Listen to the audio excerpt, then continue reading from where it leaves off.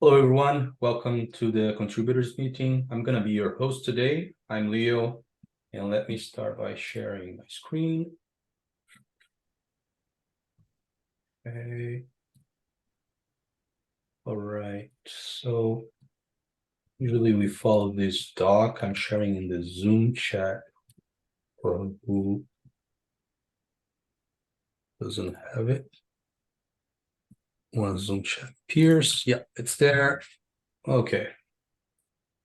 All right, so let's start with triage and discussion as usual. So it was me on the schedule this last week, and Jan. So I'm gonna start.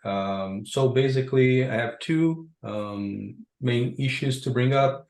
First one is related to one incident we added into it this last week. Let me open the link, and which resulted in me to create this issue. So basically, we had an incident where there was a Argo CD sync triggered when it shouldn't, and by looking at Argo CD history page, there is no indication to who or what triggered that sync.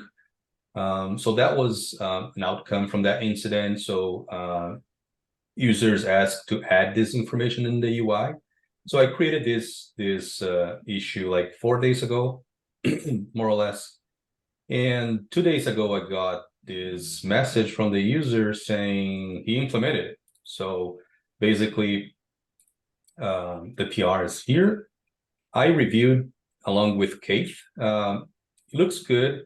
There is just a few things I wanted to confirm with the rest of the group. So this has CRD changes, and by looking at the code, it seems that he did everything properly.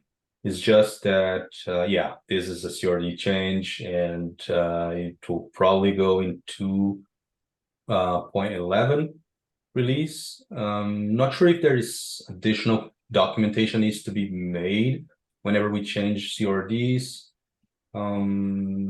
Is it a breaking change? No breaking change. It's a new field in the application CRD in the status section of it. So, and the user is, the contributor is adding this additional attribute here with a Boolean saying if this is automated or not, and the user associated with that role, right? The token. So this is the change in the CRD, is an additional field in the status section, which shouldn't impact anyone. It's just that when users are migrating from 210 to 211, they need to make sure to update the CRDs, right? So this is, and I don't remember from the top of my head if we need to update some docs with that. Maybe Michael, not sure if you're in the call. I'm Michael Basil? and other stuff. What's that? Was it Michael Basil or somebody else? Different. Mike Greenshaw. Okay, thanks. Yeah, I'm here, but I was not paying attention. I'm on support, so you know how that is.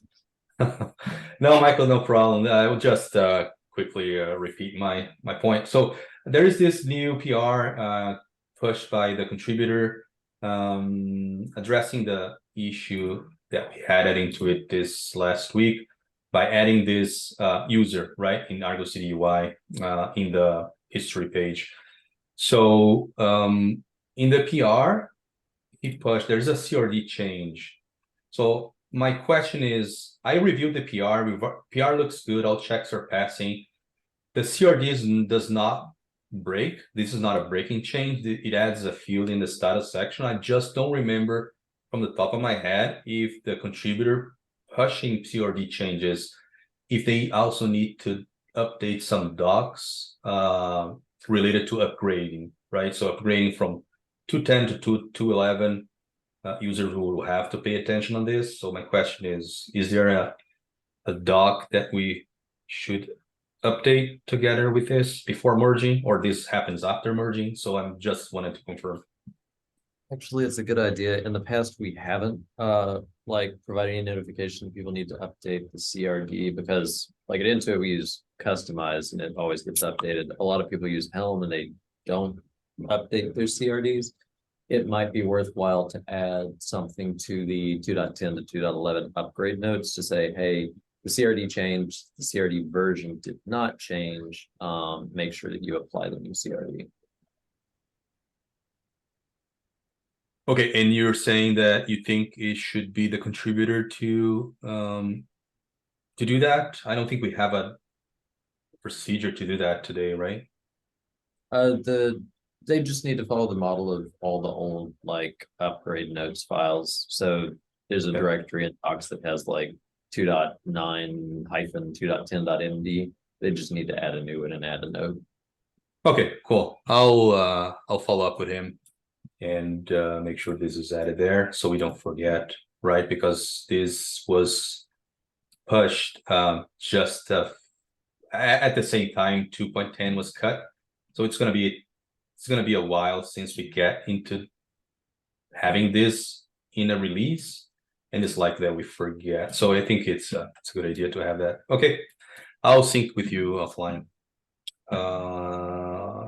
Okay, thanks, Michael. So this is one. The other one is with the other Michael Basil, I think is your last name. It's a conversation we're having in Slack. So Mhm.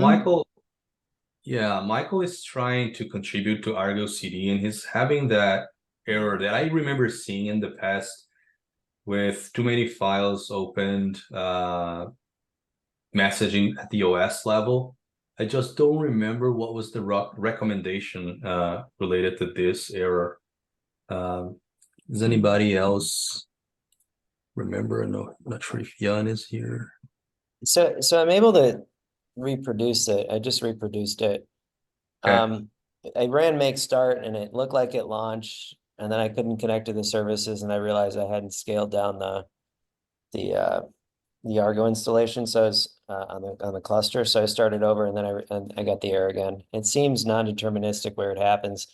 I can't tell. Is this Go mod or Go mod vendor? Is that happening on the OS or is that inside one of the Docker containers? That would help me a If I little bit. remember well, if you're running make build, that runs at your OS. It's not in Docker. So make But start runs, uh,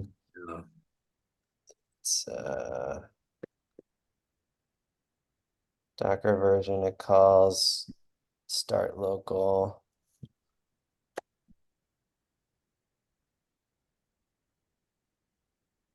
Make vendor local. Okay. I guess I'm not sure. I yeah, don't have to trace and through I it. remembered that error in the past. I just can't Was it remember. like Yeah, was it related to like a U limit, like U limit dash N? I kept seeing that around like Stack Overflow and ChatGPT. Uh, right. it just I wasn't able to. Okay, so this isn't ringing a bell. The U limit piece. I mean, it's something at the OS level though, right? It's not in the Argo project. It seems. Exactly. This I remember. It was something at the OS level. Someone in the team had this issue before, and I remember this person changed a specific flag in the OS, and then the issue was resolved, and yeah, didn't happen again. Okay. Make sure that you're running the proper make targets, so make build, because this can also be related to when Docker is involved, as you mentioned. Mm-hmm.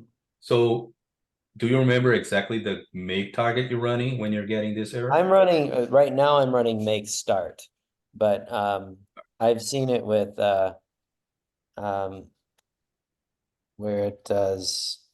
Let me just move this window. Um, the tool chain. When I was working through the tool chain, I would do.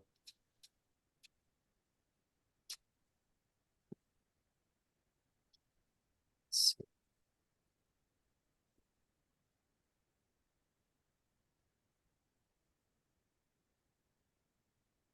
Yeah, so I was kind of working through and I'd be make dep UI, make mod download.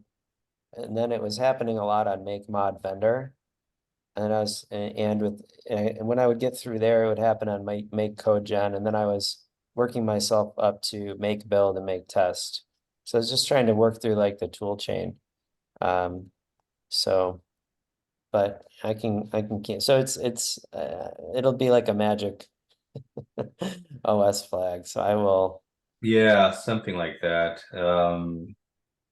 Yeah, but it's true that this doc that you're linking in Slack, it has some outdated sections.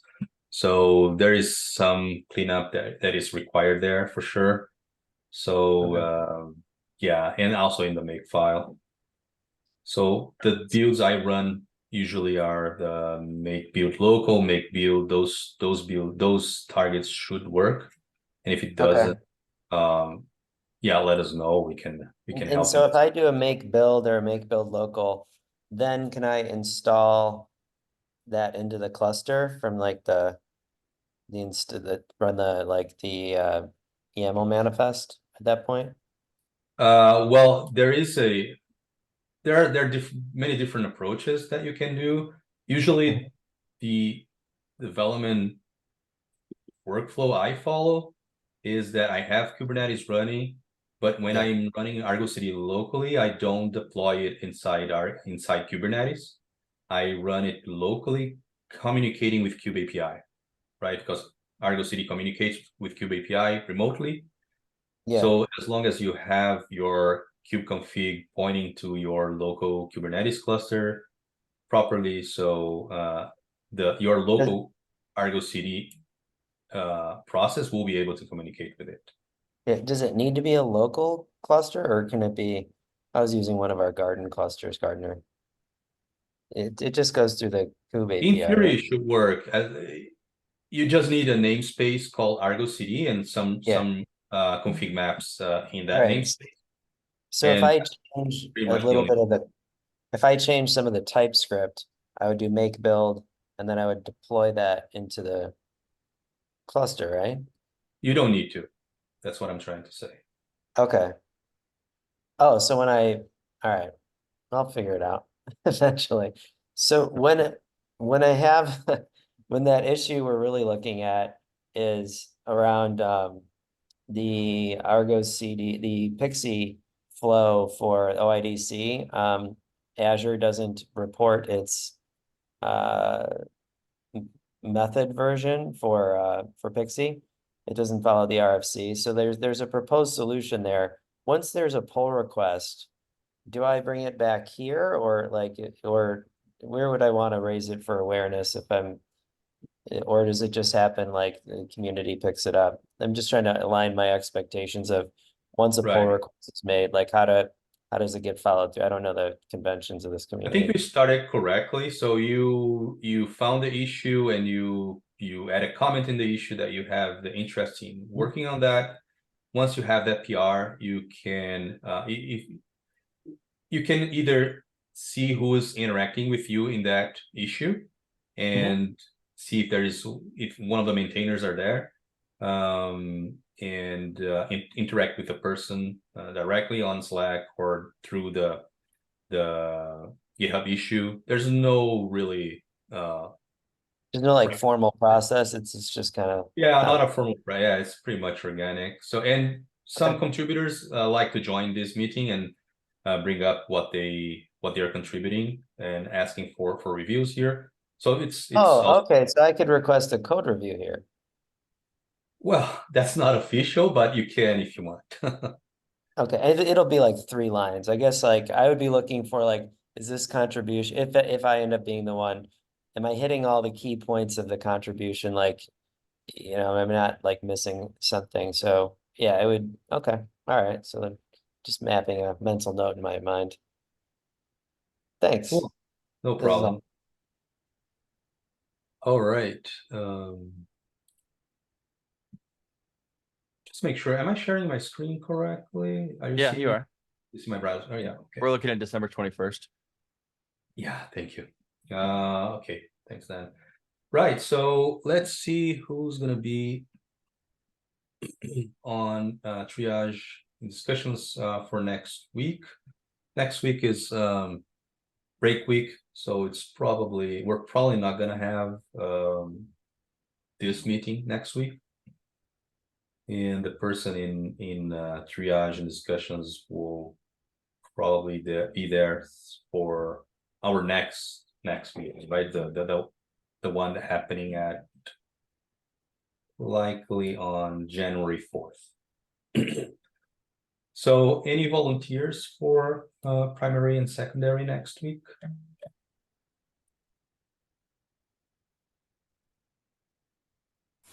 I can do secondary. Regina? Scott, not. but I can say Regina, two of us, but Regina? Yeah, Okay, yeah, you can do secondary. thank you, Regina. Mhm. Any volunteers for primary?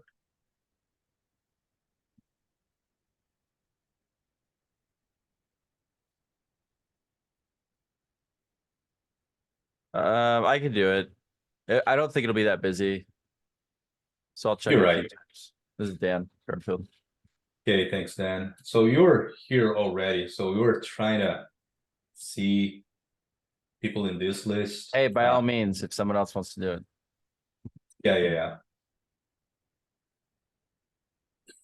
But I don't see anybody else in the call for primaries. I could So take it, Leo. is it Justin? Yeah. Okay, thanks, Justin. Okay. In primary and secondary doesn't really matter. So I think we should even remove this thing. Anyhow. Okay, thanks everyone. With this, we wrap up the triage and discussion section. Triage and discussions in terms of GitHub discussions. And now the topics for the day, we have two. One brought by Nico. I see that you were in the call, Nico. We wanna Yeah, hi. share your screen, want me to share or just click this link? Up to you. Yeah. Yeah, I can quickly share my screen. Okay, go One for it. second. Oh wow, so many windows. Okay. Yeah. Okay, you should all see the GitHub page, or my whole browser, actually. Yes. And so, like at the beginning of the year, a friend of mine, he had the idea that I think it all started out when he wrote his own operator and he developed it inside a code space where he could like spin up, where he installed the whole Kubernetes cluster inside a code space with the operator and then developed it live in there, could debug it there. And it was quite a nice experience because you had everything in an environment where he could just send it to the customer that he wrote the operator to. And the customer first hesitated, but when he had the first trouble of setting everything up, he just reverted to the code space, started it up, and everything, just worked like you would expect. And then he had the idea of like writing these like learning and demo environments because like from my background, I'm more of a Kubernetes user than developer, at least so far. I wanted to change in the future, but so far I'm mostly like setting up stuff. For example, setting up Argo CD for customers, setting up their whole pipelines. And I noticed that it's a lot of okay, so back my friend started this project and I chimed in like 2 months ago because for the next 3 months I will have a lot of free time. And I wrote one environment, like one learning environment, demo environment for Argo CD. It's basically a GitHub code space or dev container, however you want to start it. It's up to you. Where Argo CD is installed, K3D is installed, a local Git server is installed, and then I wrote a bunch of tasks, a bunch of exercises, just starting from, I don't know, checking if your Kubernetes installation works, to accessing the dashboard, to exploring the pod info service. And so what the user can, my idea was that the user can just directly chime in and get down to the like important things, try out if Argo CD fits his use case, fits if he likes it, just experiment around and don't spend much time of like setting it up. I mean, for all of you guys, it's probably pretty easy, but I know a lot of my friends who are like normal devs and like just have rudimentary Kubernetes knowledge, for them just like spinning up their local Kubernetes and then quickly installing the manifests, etc. It's kind of a mental burden. I don't know why.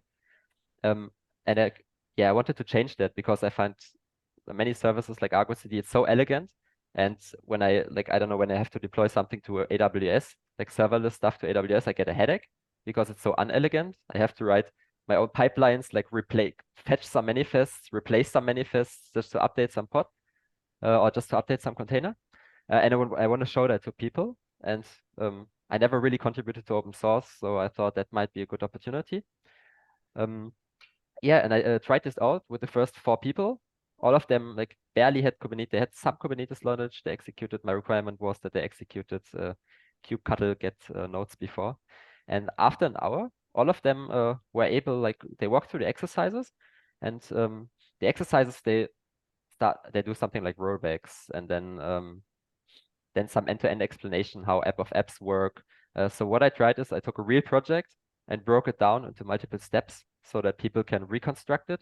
Because what I struggled with in the beginning when I tried it out, when I got to love Argo CD, was that I didn't know all the patterns that you use in a real project. For example, because it's always easy to teach people the happy path, but then if you just need to have 2 environments, it's already like a small headache because you need to find out how do I do it with staging and production, etc.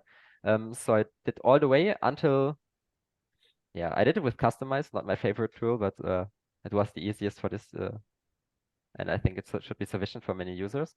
So I just made a simple, like one of the folders contains a simple app of apps that deploys some other applications like pod info and staging, pod info production, and some overrides to teach that to people. And I would like to just like people to get to know it a little bit. And if you want to, feel free to check it out. I can send the link around later. My favorite scenario would be that we can link it somewhere so that people can see it and try it out. And hopefully they like it. My plan would be to do like 2 or 3 more, like nice, maintain 2 or 3 of these code spaces.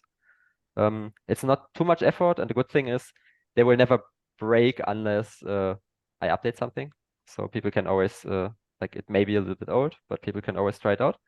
And I'd be happy to maintain a few of them. Depends on my, I have to see how much time it actually consumes to update stuff. I would start out with like 3 to 5. And I would like to, Argo CD is actually the first project that I use because it's one of my favorite tools to use. That's it. I'm not sure, is there someone I can send it to? It's probably takes, if you really want to try it out and see how it works, then it's probably like 30 minutes of effort. You can start a code space, everything is set up, Kubernetes is set up, and then you can just push to a local Git server, do your exercises. And if you like it, I would hope that we can link it somewhere, and then more people can try it out, because so far people were pretty happy about it. Okay, end of talk. Thank you for listening. Yeah, thanks so much for working on this. It looks really cool. I don't know much about code spaces. It's basically it's built on dev containers, which is open source, and it's basically just I show you the gist of it. Maybe it's interesting for more of you guys. You basically just have this one file, dev container JSON, and you specify some stuff that you want to have. You specify some ID, some settings of the code space, and you specify container. And here in this case, in this case, the container has some stuff installed. It has Kubernetes installed.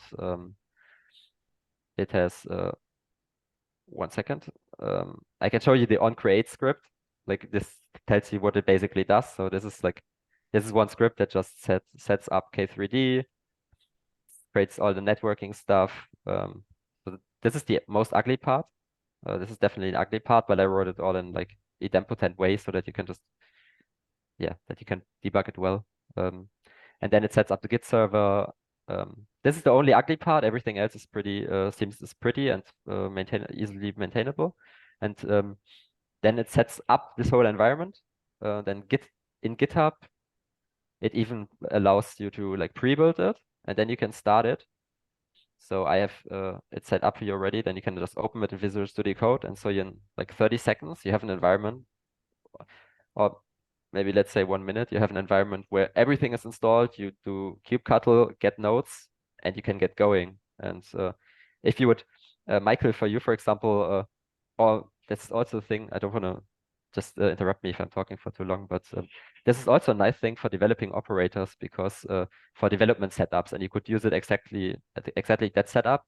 We could, if people are interested, we could modify it a little bit and use it for operator development, because you can just finish the setup. One person who knows about it can just finish it, modify it a little bit, and then the other person can just start the whole setup, start to develop, write their first line, and set their debug, like their breakpoint, and doesn't need to have any knowledge for it.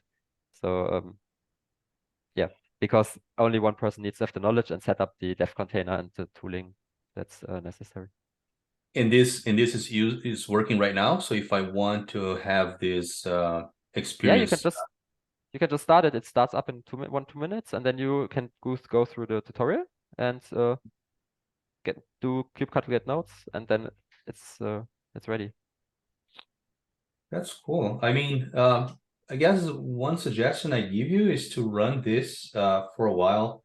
We can add a link in some of our docs, and if this proves to be useful and people like it, maybe in the future we can even bring this into the Argo City repo as an alternative to the development experience, right? So instead of users having to set up their local environments like Michael Basil is trying to do, and having to struggle with all sorts of things, we could provide something like that as a dev environment for contributors to provide PRs.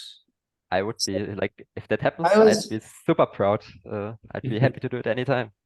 I was kind of, I was, I thought I was gently multitasking, but I was more distracted than I realized. And so I've been kind of looking at this more. So could I use this now? For operator development, I need to install the operator I need to set up the operator in this environment.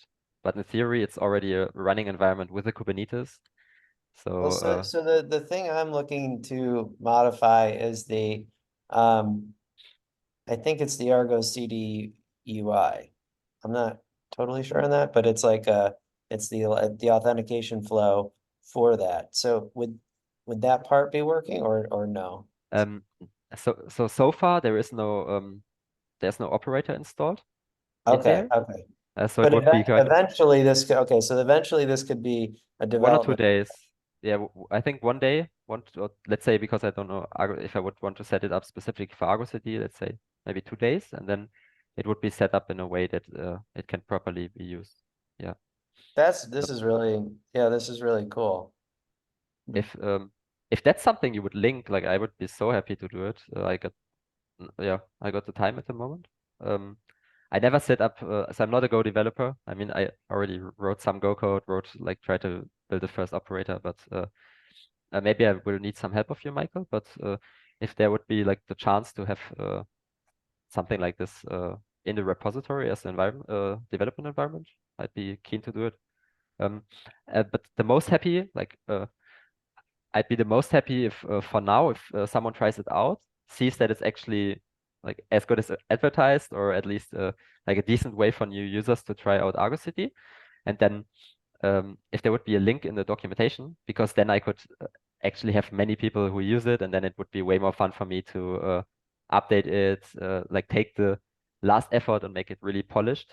Right now it's good, but I think there is some optimization potential.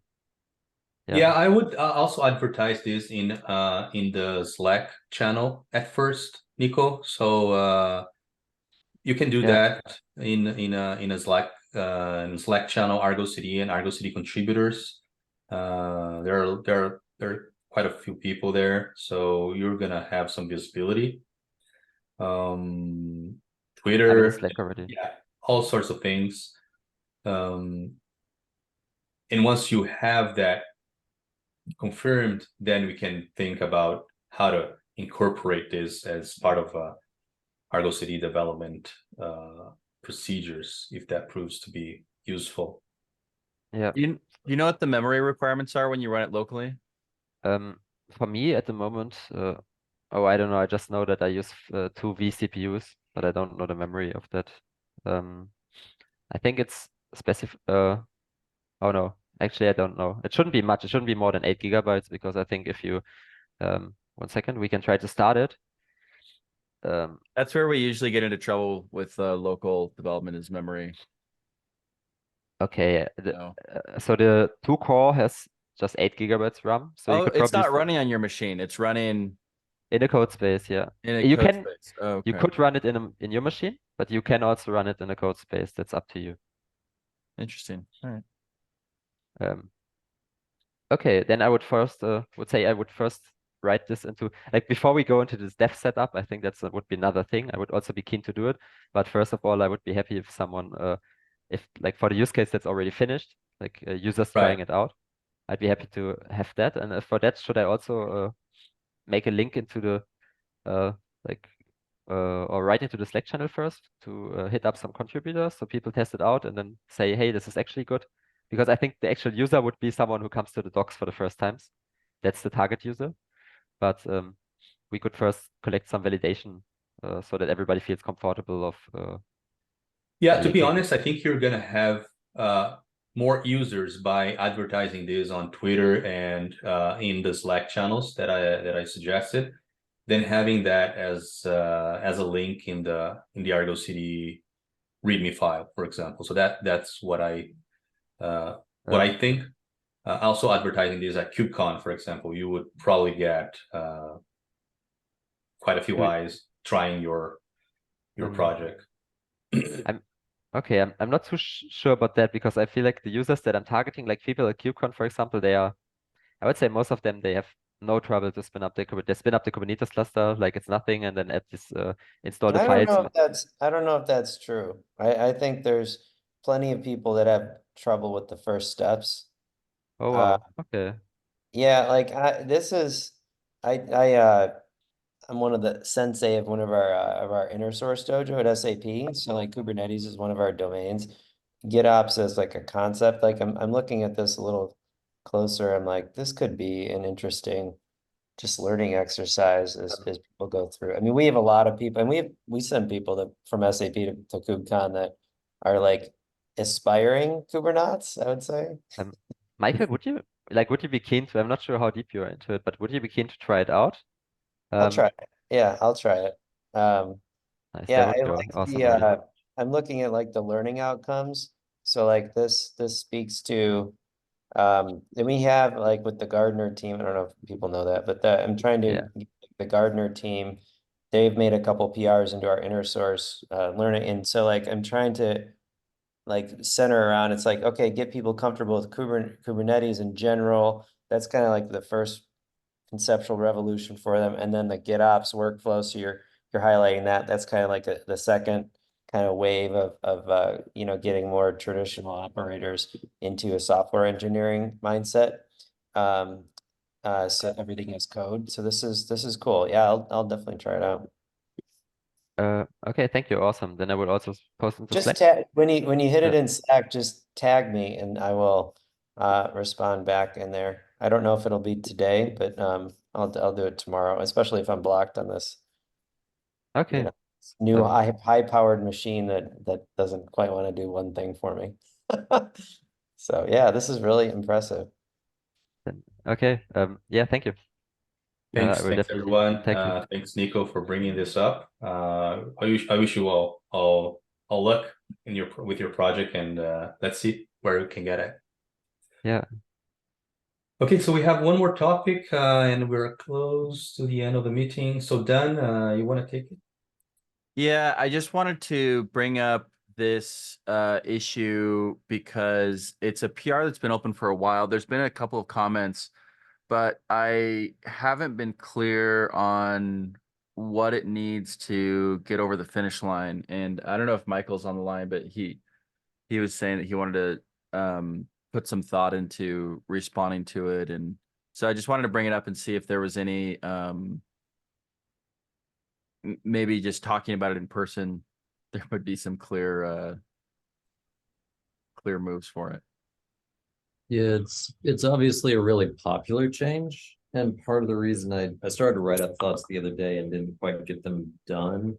I'm not sure what all the use cases are making this popular.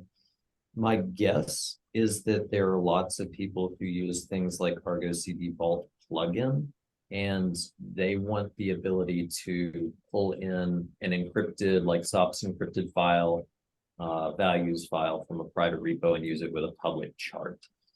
And you can't do that because multi-source Helm stuff only works with like vanilla Helm, not with plugins. So what this feature does is it allows you to copy arbitrary files from one source into any other source before running manifest generation. So the reasons I haven't reviewed and merged it yet, and I've done some review, but not enough to feel comfortable merging it.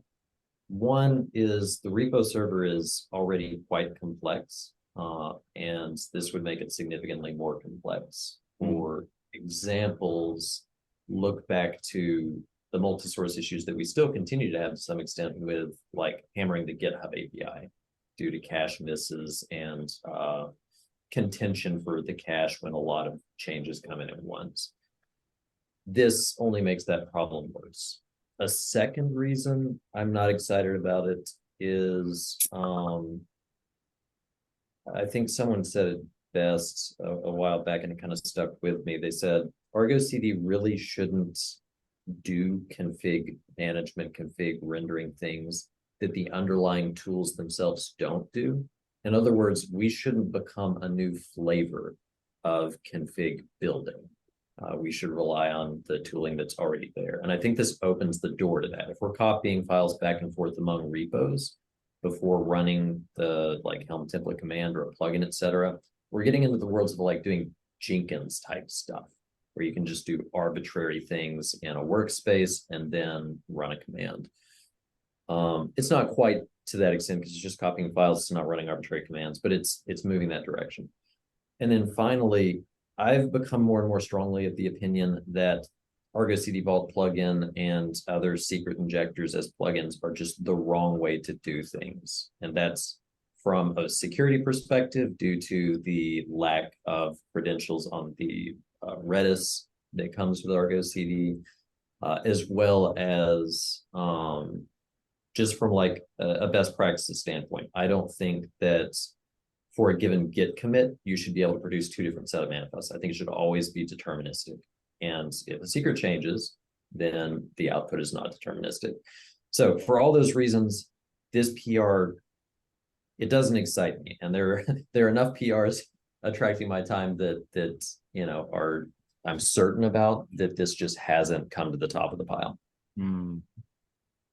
So primarily, it sounds like it's about this kind of enables use cases that are doing things essentially the wrong way, in your view.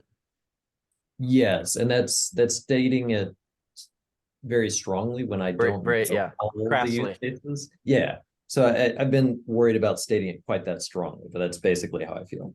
And it also introduces kind of some security challenges, because the way that people are likely to use it are likely to be in ways that are going to leak the resources. So the alternative. Is there any? Yeah, go ahead. So I don't 100%. I haven't looked at this yet, so forgive my ignorance. Like, is there anything in this that can't be done with a config management plugin? Like, I'm trying to think like the case, like, why does this require code change in the repo server? I guess like if we have the CMP aspect of it, because if this has to do with Argo Vault plugin, can you know what I mean? Like, can't a lot of this be done in a config management plugin? You technically could, but it's like hacky to do that. Like you can technically do anything in a config management plugin, but like downloading additional resources and things like that is I don't know, it'd be a little hacky. And we also would have no mechanism to notify on a new push to the second Oh, yeah. source.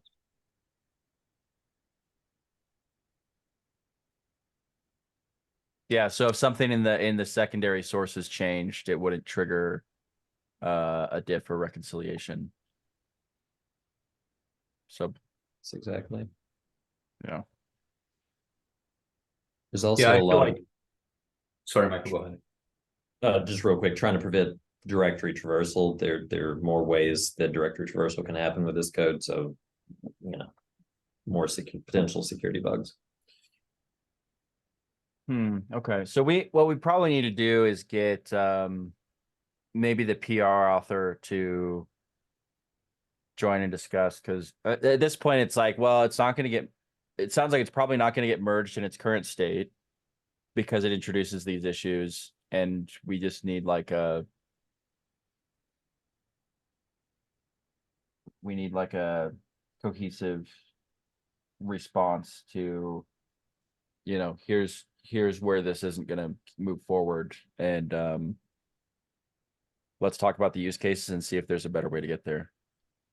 Yeah, because I'm willing to say, personally, I'd be willing to say, hey folks, we're not going to merge this feature if the main use case is Argo CD Vault plugin, because personally I find that to be a bit of an anti-pattern to start with. If there's enough people who have other use cases that don't involve injecting secrets, but just involve using a plugin for other reasons, I may feel more ready to get behind that. Okay. I'll try to draft a response and share with you. Cool. Thanks, Michael. Okay, thanks everyone. So we're already 2 minutes over. So this is probably the last meeting of the year. I wish you all happy holidays, and see you all in the next year. Can I just shout out Nico? I got the code space up running, and I got through the first couple parts of the exercise, so definitely hit me on Slack. This is really interesting. Thanks for doing it. Nice. Nice. I'm happy to hear that. Okay, Merry Cool. Christmas, everybody. Thanks everyone. Bye. Happy holidays. See ya.